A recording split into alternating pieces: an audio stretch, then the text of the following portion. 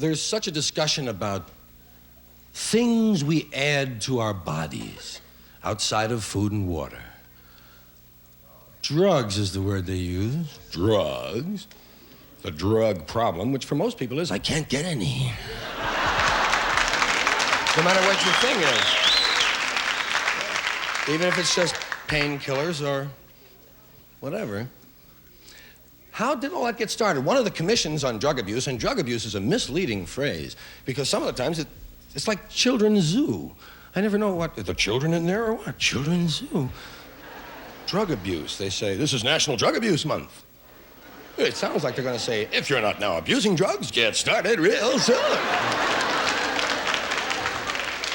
And no one ever includes everything from coffee to aspirins to morphine to alcohol. You know, everybody gets his own separate section he wants to talk about. One of the things the Commission on Drug Abuse was asking was, how did you get started on drugs? I forgot, man. How did you get started, Mr. A?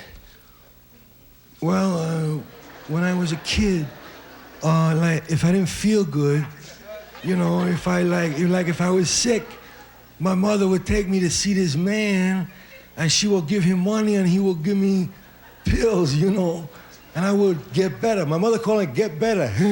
I call it feel good, man. Hey, I would get better, you know, I feel good. Later, when I grew up, I started going to the guy myself.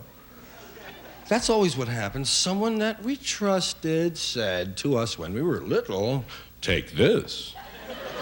For that, have that, take this. What are you taking for that? Boy, you ought to give him something. I'll tell you what I took for that. Old Doc Kramer, he'll give you something. Give him this, take that, put this, take this. Don't have that, take this. Don't feel good, feel better. Put something inside yourself, yes. And so it's natural, I guess, when you get out a little later in life to act along the lines of the way you've been trained and the people you trusted who said, you'll feel better if you'll do this. Now, that's the only point I want to make about that part of drugs. The other part of drugs is the fact that it's crept through so much of our society. It's not a drug problem anymore. It's just one of the societal at-large problems, one of the really huge ones, man. People talk about there's too many drug lyrics in them rock and roll music songs. Now, there may be, but that's not the first thing a child hears. The first time a child hears things like that, verse and rhyme, are the nursery rhymes he hears. And he's much younger and more impressionable. He's 2, 3, 4.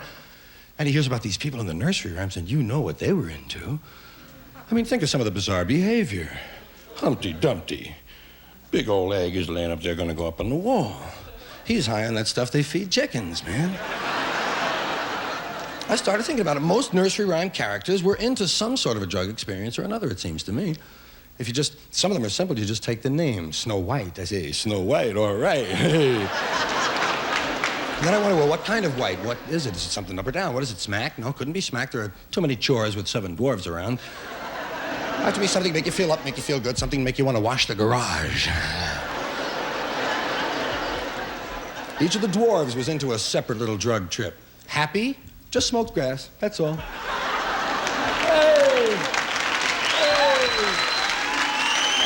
That was happy. Sleepy was into reds. Sneezy was a full-blown coke freak.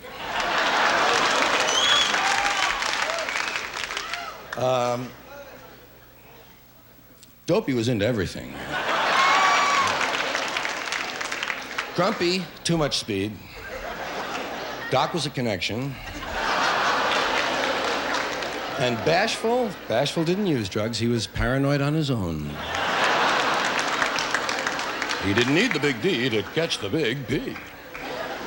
Other people in those nursery rhymes. Old King Cole, what did he do? Old King Cole was a merry old soul, and a merry old soul was he. He called for his pipe, he called for his bowl. I guess we know about Old King Cole.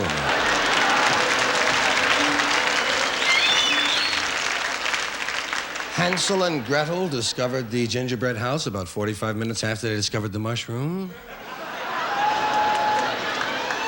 I see it too.